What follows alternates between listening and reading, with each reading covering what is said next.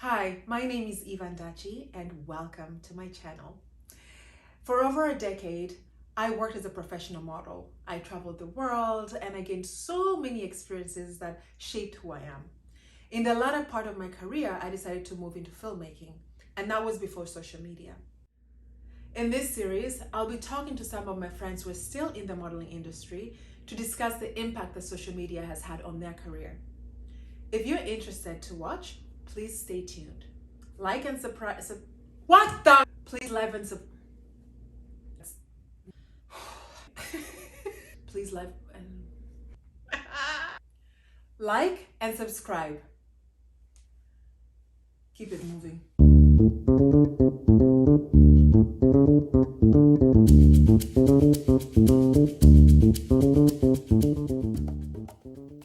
Hi, so today I'm here with my friend Alizee, who is an amazing model and dear friend. We're going to discuss her modeling career before Instagram and after Instagram, which is part of this series where we're dealing with models that began modeling before Instagram and have since been modeling since Instagram came into our lives. So, Alizee, thank you for doing this. Of course. Of course. Thank you for having me. Thank you for saying yes. Yes. So just tell our viewers where you're from and how you got into modeling. So I am originally from Switzerland and Haiti. And I started modeling when I was 20-year-old by winning the TV show France's Next Top Model. Mm-hmm. Okay, I'm going to stop you right there. Yes. Who's Haitian? Because obviously our viewers are going to be like, wait, Haiti? So can you just expound on that? So my dad is from Haiti and my mom is from Switzerland. Mm-hmm. And I grew up in Haiti until I was 8 years old. And then I moved to Switzerland later on from 8 to 20 years old. Mm. So I have both cultures. Right. Grew up speaking French and Creole and Can you speak Creole? Oui. I still speak a little bit. I understand everything. I still a little bit of Creole. I spoke it until I was 12 with my mom. That was our language at home, only Creole. Wow. And then when she met my stepdad and his kids, she was like, well, they don't understand Creole, so let's switch to French. And after that, we kind of stopped speaking Creole, but I still, understand everything. Wow. Yeah. Wow. Okay. So how did you get into modeling? So I started by winning a contract with an agency in Paris when I won the TV show, France's Next Top Model. So basically, they had opened the casting to 3 French-speaking countries in Europe, which was Switzerland, France, and Belgium. Wow. Yes. That's super awesome. Yeah. It was such a great opportunity. Right. It was great. Right. It was awesome. It was actually the first one they ever did in France. Wow. So we had like Karl Lagerfeld and a lot of big people in the fashion industry that came in as guests and learned a lot. But it's very interesting because there's things that I did on the show that I actually never did in my entire career. Right. They make you do such crazy things. Right. Like when I would watch American Next Top Model, because at that time I was here in the States. Yeah. I'm from Kenya. For those that don't know, I grew up in Kenya and started modeling and ended up in New York. But when American Next Top Model happened, and I'm like, nobody does that. No. Nobody runs up and down the stairs while doing makeup. Nobody ever does that. That's crazy. And on the show, I had to shoot with a giant snake like this. Oh my God. Around me, completely naked. I've never done it since. I would die. I have a phobia of snakes. Oh my God. That would be it. I didn't mind. No wonder you won. I didn't mind, but I was like, and then they had us do like a water skiing. I never water ski in my life. I do ski, but I don't water ski. And one of the things we had to do is like water ski and try to get up like out of the water like from the first time. And I was like, I got no choice. Yeah. I gotta make this happen. Right. And then boom, the first time. How were your leg muscles after that? It was fun. Yeah, it was really fun. But it's true. Like a lot of things in the show are made for the audience. They are not really for what's really happening in the right. It has nothing to do with the modeling. It's more for the audience, like you said, just for the competition between the girls. They're like, so don't you think like she was kind of mean? Or I'm like, I had to keep it cool. I'm like, No, but I was like, oh no, I think she was. Inside, I was like, yeah, no, she was not very nice. But the TV, the TV is here. But they try to get these things out of you, so you criticize drama. You create drama. Exactly. Drama sells. And I was the drama-free girl. I was like, okay, let's be in peace. And I love. That's the thing I love about you, Alizee. It's like you're drama-free. Like there are people that that's true. Like I'm not just saying that because you're my friend, but there are people that create that or just kind of attract that. You're not one of those, so that's good. Well, thank you. But back to your modeling. So you got discovered at 20. 20, yes. When that happened, and then after that, where did you go? Did you come directly to the States or? So before winning the show, I already wanted to try to do modeling. It took me 4 years to get a way in the industry, right? Oh wow! So that was my way, and because I had no idea, I came from this small town in Switzerland with 300 people. It was not like today, social media or anything. Right. And then so I started by winning this contract, and I moved to Paris. Mm-hmm. I hated it. Mm-hmm. I thought, oh my God, Paris, and I really didn't like it at all. And I thought maybe it was the industry. I didn't like modeling, so I did a year. I was miserable. Right. I really didn't like it at all. And I thought, this isn't for me. But then I was like, let's give it another shot. And I tried London, and oh my God, it was beautiful incredible. City. Yeah. I love the city. I love the people. They're super cool. Their fashion is like great. Don't get me wrong. I love Paris on holiday. But to live there is a bit more. And also the pressure on the body weight. I was already so tiny, and for Fashion Week, I was, 50 kilos, which is barely 115 pounds. It's so tiny, And they're like, oh my God, you look great, but you need to lose more weight, the hips. And I was like, what? Yeah. I was like, no, that does not work for me. Yeah. I don't like dieting. I'm not very good at it. And if, I think you should do it only if you can do it in a healthy way. I agree. The modeling industry there was not, for me. Me neither. Wasn't. And a lot of other models I know too. They didn't really like it. Yeah. Oh, they cool. go there, shoot a campaign, and leave. Right. But to live there, So, at what point did you come to the United States?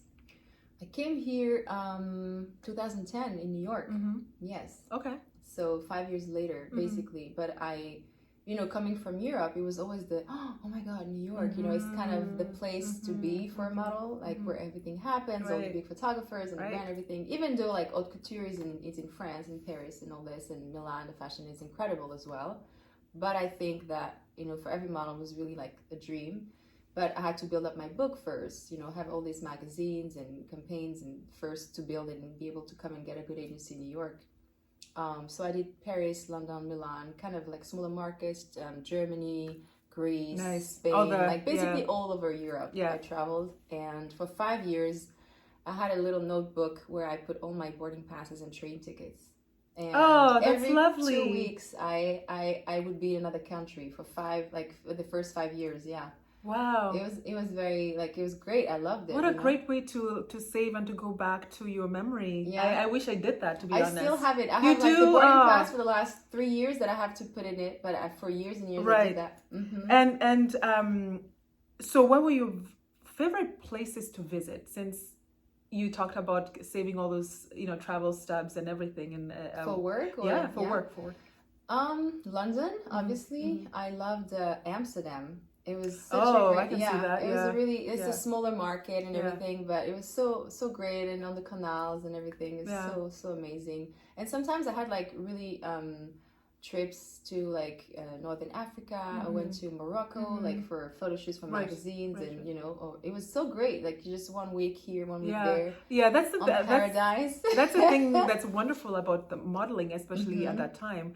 The travels were to super exotic places. One of my favorite places to visit was the Seychelles, and we were there for a week.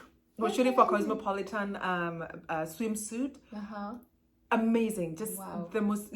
I wish I had been there. It was fun. I mean, it was a lot of work, but it was just the leaves on the trees was so green. It almost looked like someone took paint and painted the kind of green on it. That's the good thing about the modeling jobs. And it's true. It brings you to places that you would not necessarily go to. You meet people that you would meet otherwise, and you have access to such a worldly industry. It's incredible. You can meet even people not necessarily from the fashion industry, but also music industry or any kind of, you know, artistic endeavor. Right, And that, right. I love it about it. I Right. think that's what really, first you go into it for the glamorous part, and then I stayed in it so long, and still I'm working in this industry for the travels and the people that you meet and the experiences, really. You know, I don't know about the glamorous part, because I don't think I ever felt glamorous. I didn't. Right? I feel like you go into it thinking it's gonna be yeah, that. because that's what you see in magazines, but Yes. you never, No. it never feels glamorous. No. It never, it's all fake. It's all fake. I'm just gonna say it. It's basically when you shoot a movie. You shoot a movie for a month and month and month. Correct. And the red carpet. It's like that tiny, little yes, piece, you yes, know, for yes. the premiere. We are both in film now, Yeah, so that's why. that's we transitioned into that field. Yeah. I'm just gonna throw it in there.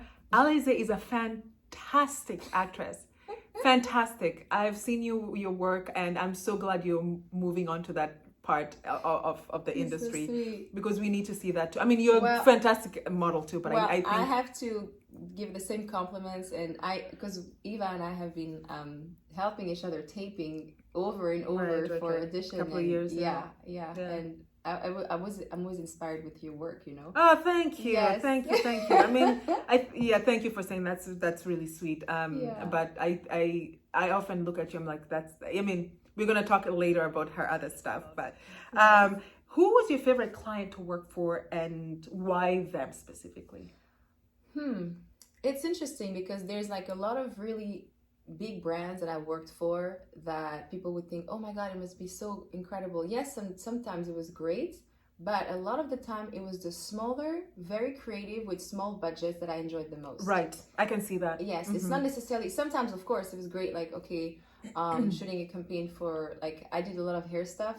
I had longer hair before, and my agent kept saying, don't cut your hair, you have to keep it long for the hair jobs. And I didn't for 2-3 years. I kept them long, and I was like, no. One day I just showed up to agency with short hair, and they're like, and then that's when I started booking all the hair jobs. I can see that. Like you have a very beautiful bone structure. Thank you. Yeah, and I've had this haircut for 13 years now. Yeah, and it's worked really well for me. Right. And like, for instance, like campaigns for Paul Mitchell or Redken, or, you know, a lot of hair jobs that I really enjoy doing. There's one client that I particularly love, I should say, that I worked with for 8 years is Brunello Cucinelli. I've heard you talk about them. Yeah, very I worked fondly. for them a lot in LA and in New York as well, and they're so dear to my heart. They're like a very loyal client, and it's sometimes hard to find in the industry when you have so many models, a client that really likes a model and keeps working with that same person. Sometimes like, okay, next person, and you know, there's so much competition too. Right. So the fact they were so loyal to me, I was always blown away by it. Right. And always yeah, such a you feel they're like a family. Dear to your heart. Yes. When you came to America, what was your biggest shock about just the American life? Someone that just came from Europe, and you've done that whole like Amsterdam, Germany, which is kind of similar in a way, in a sense. Then you kind of transplant yourself into America. And you're like, whoa, I was not expecting that. What would that be? So there's good and bad. The good things, I would say, professionally, I was blown away how they were so on top of everything. Everything is so organized. The budgets are much higher. Everything was just better, you know? And moving to America, you feel like everything's possible. You work hard for it. You can get wherever you want to get. That's what I loved, and I felt like sometimes in Europe there was kind of a cap that you can get to a certain level, but you can't go higher than, you know. Maybe it's just my experience, but that no, was actually, someone told me that too. She's from Amsterdam, and she said she always felt like there was a ceiling she could never go past, and when she came to America, it opened. Yeah, and the ceiling is still open to this day. You know, it's been 11 years now that I'm here. I mean, on and off, but 8 years in LA, and there's still so many possibilities. You can reinvent yourself over and over. So that is the great thing about America, and there's always possibilities, opportunities that I think it's incredible. And what was a bit of a shock for me, in a negative way, I would say the system of the country in general, not related to the industry, right? But the system of the country, coming from a country from Switzerland, the healthcare system, all of this. I felt like there was not much support for people. I feel like if you in need, it's like is You're the on your rest. own. You're on your own. Yeah. And it's I think it's a tough thing to, I mean, thankfully I've, never, everything has always been fine for me, but I see other people that might be in need, and I'm like, where is I mean, there is some support, but nothing compared to what I've been used to in my country. So for that, I was a bit, oof. That was a shock. It's like, it's funny because for both of us, being that we are from different countries, like what we see about America is often like, oh, it's this and it's that and it's this and it's that, and it's just a land of milk and of honey. Yes. And then you get there and you're like, it's not necessarily a land of milk and honey. It does. There are parts of it that are not as pleasant. Yeah. As always. As it's depicted. But most of the stuff is good. No complaints. For instance, what was very to me in New York, for instance, this city has an energy that no other city has. Yes, I agree. So incredible. It just like, it just lifts you up when you're good. But let's say if you're a bit down or sad or anything, the same energy will like bury you super deep too. Yes. It's like you need to get out. That was for me. I mean, I'm from a small town and I love being in cities, but for too long, after a while, if if you're a little sad, something, it's like you need to get out a little bit. Decompress and then come back into that life. It's fast. It's amazing. New York's amazing. I need to go to New York. Like I go there twice a week, twice a year for work in general, and it's just I need my little New York doses. It's the best.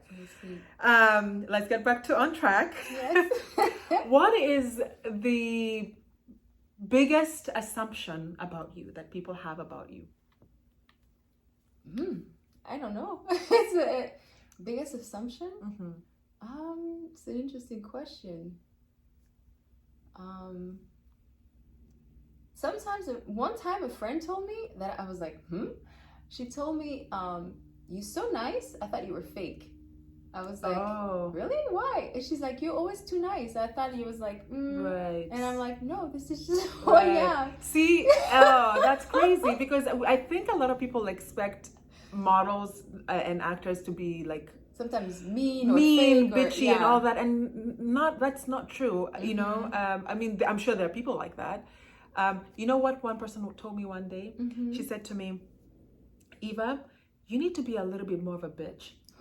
She said that to me. I said, why?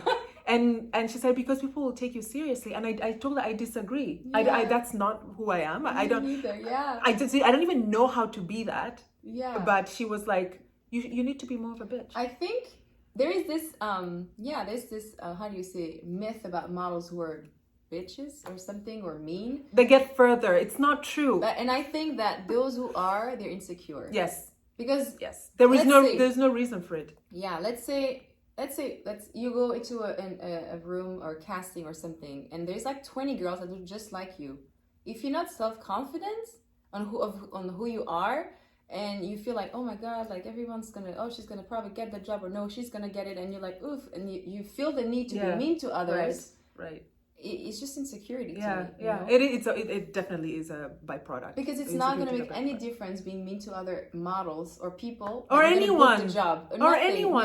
Anyone. It's going to be worse, because then if you're mean to the team, I mean like anyone here. That model is not even that. I mean anyone, as in anybody you meet in general, the streets. Yeah, like, of course. And that's what she meant. We were at a premiere for a film or a screening. We were at a screening, and I was talking to everybody, and there was from the people that were selling the popcorn like at the counter to the people that are selling the tickets, like just being nice. And I don't know what we started talking about, and she said to me, to this day, and I just remember her face when she said that, you need to be more of a bitch.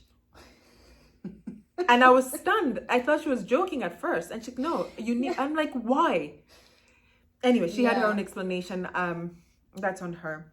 Yeah. But so the assumption is that people thought that you were fake because you were too nice. Not people, but that I one guess person. Maybe she's not the only person, right? Or other people have. You can't always be so happy, and I'm like, well, I am. Yeah, like, yeah, well, yeah.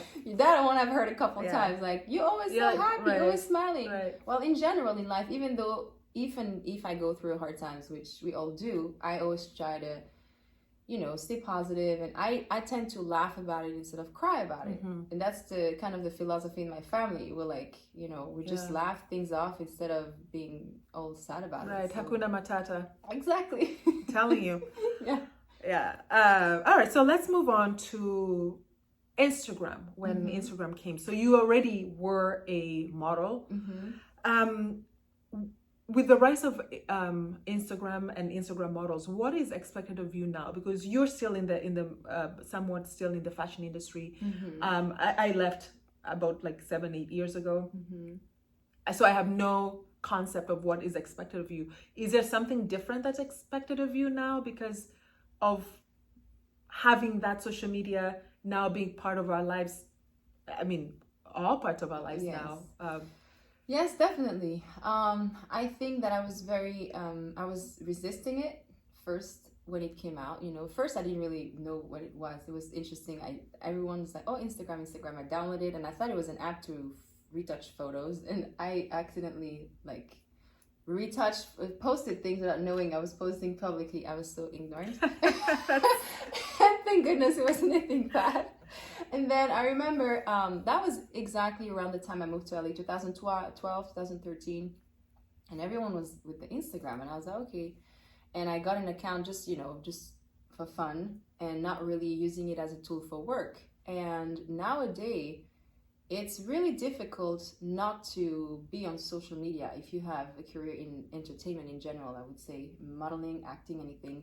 And it's very interesting when you go on castings. When it started a couple of years ago, they ask you for your name and blah, blah, blah, and, the hair color and everything, and your Instagram account, and then how many followers you have. And I'm like, wow, they really want that now.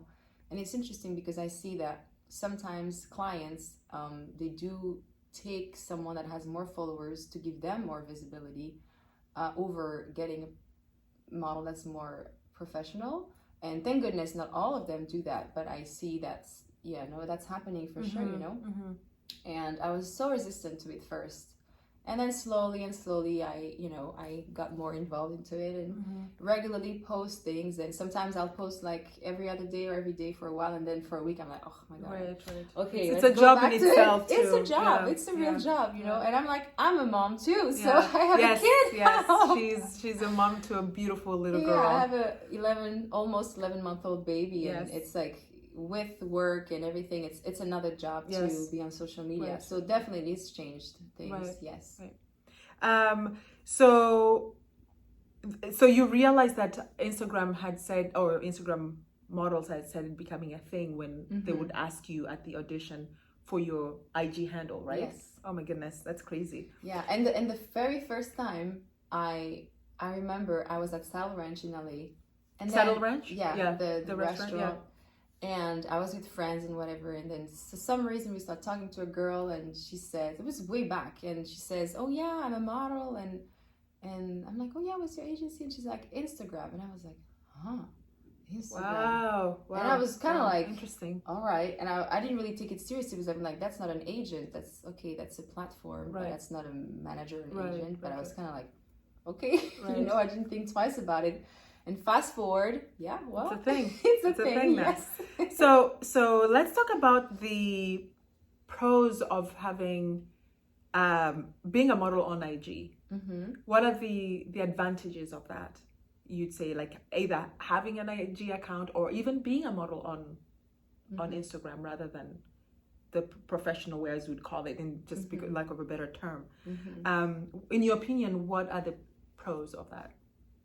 To have an Instagram account? Yeah, or be an Instagram model, like the lady that you met. Yes. Well, I do think that there is a difference between an Instagram model and being a professional. Not that it's not a profession to be an Instagram. It's a full-time job. It's a lot of work, as we were saying, but it's different because it's a real career.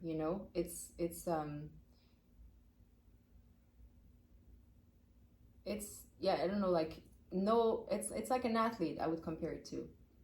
For instance, you can't, of course, I mean, obviously now they're opening more than what it means to be a model, but back in the days at least, or even now to be signed with an agency, there's certain, and I'm not this is not my description or my criteria.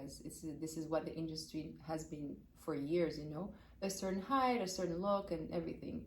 And for me, it's a real profession, like to be a model, like go on runways in Fashion Week. It's a real job to be in front of the camera and be professional, how to take a photo. All these things, it's an art to me. And Instagram models, for me, as long as someone has a phone and is creative, can become an Instagram model, you know? So the advantage is that they don't need to have an agent. Like it opens doors for people that necessarily wouldn't. Exactly. You don't need to have an agent necessarily, but I do think that to a certain extent, when you become big, most Instagram models do want to be signed by someone, a manager or a team or something, because it's a lot. You can't do it all. You know, a lot of people, some people that I follow, they say, oh, I have like a team of 10 people that work for me. It's almost like a business. I mean, it is a business. It is a business, yeah. It is a business, and it's a whole company in itself. But of course, it's a huge advantage to be on Instagram. It's because it's like you can create everything you want. You can then open your own brand, you know, the fashion brand, jewelry brand, anything you want, or platform for anything that you want to share with people as well. For sure. Right. And not having Instagram is a bit shooting yourself in the foot nowadays, whatever business you have, you know. If you like, it's almost like a business card. Like now people don't exchange numbers. They're like, oh, what's your Instagram? Even if you're whatever industry even if you're trying to date, right? Yeah. Like you meet someone on the street, you don't give your phone number, you give your Instagram. But that's worse because you give basically your life. Like, here is my life. Right. Check me out. Well, it's crazy. It's crazy. Yeah, it's like, well, I don't like what I'm seeing, so goodbye. You know what I mean? It's so strange. Show me your portfolio, the portfolio of your life. Yeah. But at least you have a glimpse of, you know, if this person is legit. It's gonna be something that you can, you know, can handle. Yeah, or not. Do you think with being on Instagram plus the whole Instagram modeling has kind of reduced costs in a way, I would think? Oh, absolutely. In terms of, you know, we used to have the comp cards and the or Z cards, depending on what people would call them. In that way, you mean? Yes. Yeah. I mean, you please let me know what other way you were talking about. But what I was thinking of was more like, because we talked about business cards, and you know, modeling. When we were doing it, we had our portfolios where we had to print the pictures. Print the pictures. We had to hire someone, and it would come on the scooter in Paris or whatever to show your book to clients for Fashion Week. Like, you couldn't. Sometimes I had like 20 castings a day for Fashion Week. I didn't have time to see everyone, so they would just send my book. But I don't get it. Like, why? Because they had internet back in the days. But I mean, I don't think they would want to see your book, like physically, physically. Yeah. So they had like a scooter, the driver with a scooter around Paris, and they would bring the book to the clients. And I think they had the internet was there definitely because we had the emails. I just don't think it was that advanced yet to start sending pictures or even like create proper websites that would handle. You know, that came a little later. And I remember when iPads came out. I was like, I have this thick giant book in my backpack with my hands. Right. And it was killing me every day going to my castings with this huge backpack. And when the iPad came out, I was like, I'm going to take this beautiful, like, here's my book. Really light. Right. And agents were resisting it. They were like, you can't bring your iPad to the clients. This is unacceptable, blah, blah, blah. And I was one of the very first girls I remember in casting. I was like, I don't care. My back is more important than what you think. Right. They can see the pictures. Right. It's the same picture. Like, what are you talking about? So, and for 2-3 years, it was a fight back and forth to not bring my book, not an iPad to the casting, but my actual physical book. Wow. Yeah, they were super resisting, and now everyone has an iPad. Right. Yeah. And not even that now. Like, I think they go, like you said, they go to the website. IG. Yeah. You know, that's it. There's no more printing, which costs hundreds of dollars to have it printed, so you can leave it with every single client you see. And it was just like, it was a card, for example, and had your first image, and then in the back had all your measurements and your other pictures, just so it's, again, it was like a business card. And I think that IG has solved that problem in a way where, I mean, when I go to casting, I still give a compliment that but there's less printing of the images and all this stuff. Save the trees. Yes, it has reduced the cost of that for sure.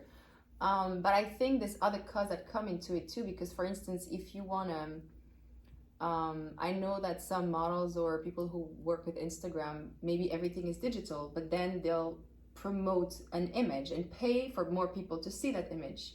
So there's a part of advertising cost that comes into it too, that didn't exist before, Right. you know? Right. For instance, yeah. Huh. I mean, that seems like a better way to do it, to be honest, because then a lot more people get to see you faster Yeah, for sure. than you For physically sending it to people that will probably trash your Z card, Yes. your com card. Yes. Or it's the same as if you have a business for anything, you know, Right. you have a store or anything, and instead of like printing everything, and you just blast it. Yeah, you blast it on Instagram. People see, oh, let me click and buy it online like that. For sure. But when I was saying the cost, if Instagram has lowered the cost of our income. Yes and no. Yes. I was going to go into the cons of Instagram, and let's start with that. So, for instance, because there's so much competition, it's kind of watered down the rates, really, you know, because the rates that we used to work for back in the days are like way less nowadays. Because there's always going to be someone that's willing to do the job for less money. But the thing is too, like, you'll see a difference. For instance, a client will hire a professional model, will be done within 5 hours for their shoot, have the perfect image you want, and then hire someone that is not their professional jobs, but they do it on Instagram. And it'll take twice as much time, and maybe the picture won't come out as good, you know. So it depends. But on the other hand, if you're in the people or influencers, for instance, who have a lot of followers, it's a huge amount of money that they can make within a day or something with a post, with a partnership with a brand. Because the brand will see, okay, they have a lot of followers, we'll do a partnership with them, we'll send them like $5,000, $10,000 per post, which I know happens, you know, for one post. So in that way, then for influencers, it's like, you know, the rates goes up. But there's a lot of like Instagram models that will do the job and not professional models that will work for less. Work for less. When you see huge brands that offer really a tiny amount of money, the rate is really small, and compared to what they can afford, it's not fair. I don't think it's right. I agree. You know? I agree. It's taking advantage of it really is.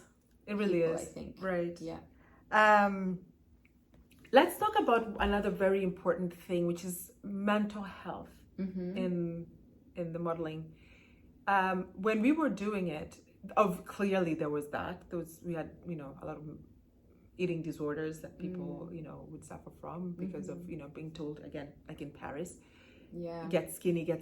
You're never skinny enough. Like, you could get skinnier. Oh my God. Okay. Yeah. At least when I was doing it, and when you were doing it, I don't know about now, because I know the industry has changed. But back then, we're talking before Instagram. Now with Instagram, what do you think that the mental health issue in the industry is like?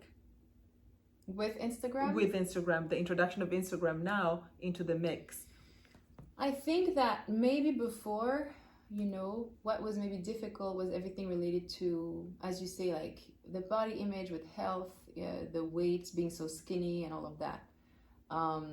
Luckily, because I started later on, I had my agent who was like, you need to lose weight. I was like, yeah. And I just wouldn't care and not do it. And I was like, whichever client will hire me the way I am, then great. If they want less, then that's not going to work for me. Find somebody else. Yeah, exactly. And I think the mental health is different in a way. It's still there, but it has deferred to something else. For instance, I think it's more inclusive with the body image, with more curves and, you know, different heights and shapes and forms, everything. But there is such people are thriving for perfection so much and compare themselves so much to other people, other women, not just models, but, you know, women in general or men, that it's affecting other people for sure. And then comes the addiction to the phone as well. You know, you scroll and then boom, and you're like, oh, wow, an hour just passed by. I didn't even realize. It's like, what do we do with our time? So the mental health issue is still there, I believe. It's just a different. Right. Do you think it's heightened because now comparison is so much easier and faster? Yes, and I think to such an early age too. Right. There are girls who are 10, who, I don't know how old are young girls with phones now, maybe 10, 11, Right. even younger. And they compare themselves to this perfect body image.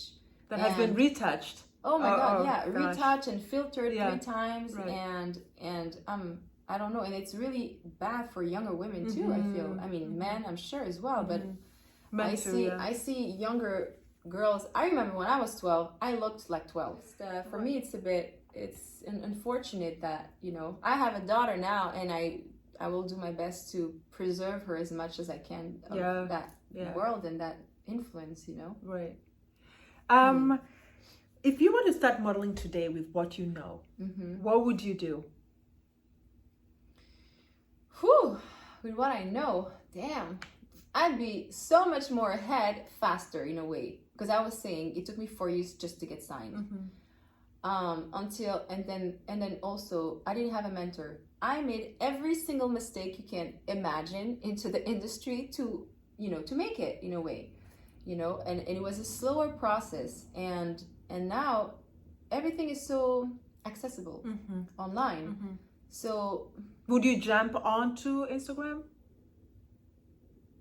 Would you use obviously, I would use it as a tool, of course. It's I think you can't do it without it. Correct. Then and I would definitely go ahead and go see an agency right away, because I didn't know how to get signed. I was like, I think I need a book, and I need all these things to be able to get signed. You don't need anything. You just need you. Show up. That's it. And of course, yeah, I would definitely use that as a tool. Okay, good. So it's something that you see is crucial for this moment right now in our lifetime. It's important to have. Yes, any business you're in, I think social media is important. Doesn't mean you can't survive without it, but I think that it's important to have it to be more successful. Right.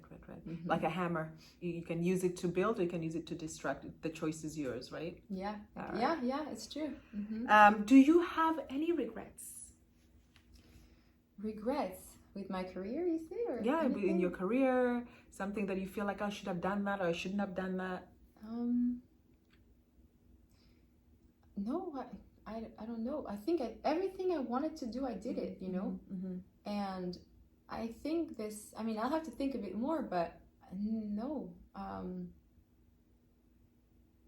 I'm where I should be today, you know? I think my biggest regret is not being present during my travels when I was modeling. I think I look back and I see all these amazing places we went and we were shooting, and I just wish that I was a little bit more present in that moment, or in those places, just enjoyed it a little bit more.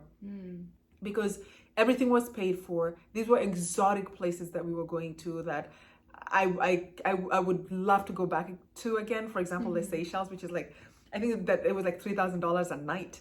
Gee, yes. Yeah, nice. And we're there for a week. Okay. Now, maybe they got a deal or something, but I'm just it was just such an amazing experience. Wow. But it was like waking up at 5 a.m. to get the morning, you know, the light, and then you have the day, it's a little hot, so you kind of stay in the, you know, in the shades or in your room. I would have completely used that time better. So I think my biggest regret, if that would jog your memory a little bit, would be just being more present during those moments. I understand. I know. I remember watching the movie Up in the Air with George Clooney, and in the plane, and it's the story about this guy that just always is like in the plane working. And I could relate to that movie so much, because I remember, for me, traveling, I was a solo traveler, obviously, as a model, you know, you're always traveling by yourself. Right. And I would read books all the time, and I felt like airports were my home. Because I would travel, go to a place, and then the only place that was like similar, or not secure, but you know, that I felt at home was an airport. It's so weird to say that, right? Yeah. Because I was so much, whatever airport it was, I was so at home there, and I had my book, and that was my time, you know. And I always tried, at least when I would go somewhere, to like do the most I could. I remember one day I was hired by this client to go shoot in Lebanon, and we had a stopover in Prague. Awesome. We had a stopover in Prague.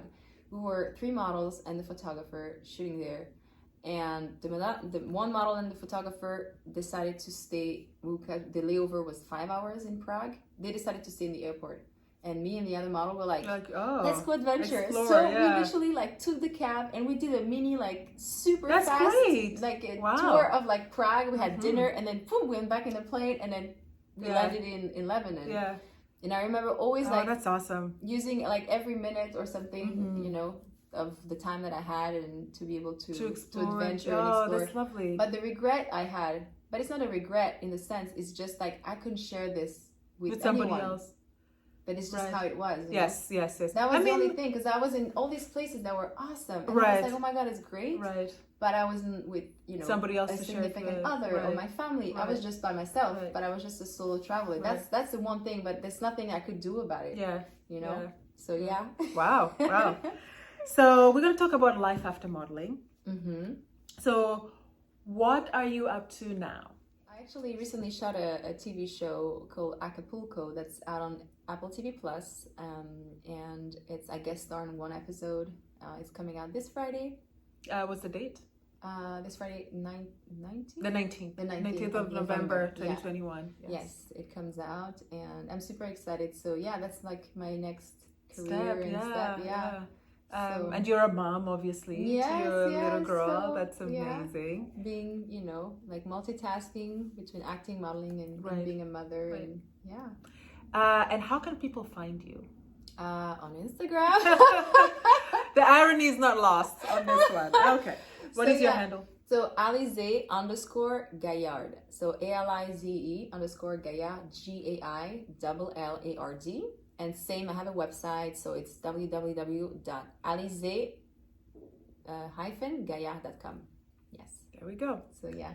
Well, Alizee, Yeah. thank you so much for taking the time Of to course. chat with me about your life. Thank you for having me. It's such a pleasure. You're so welcome. I'm sure we will see a lot more of you. And please follow Alizee on her Instagram. And thank you for being with us.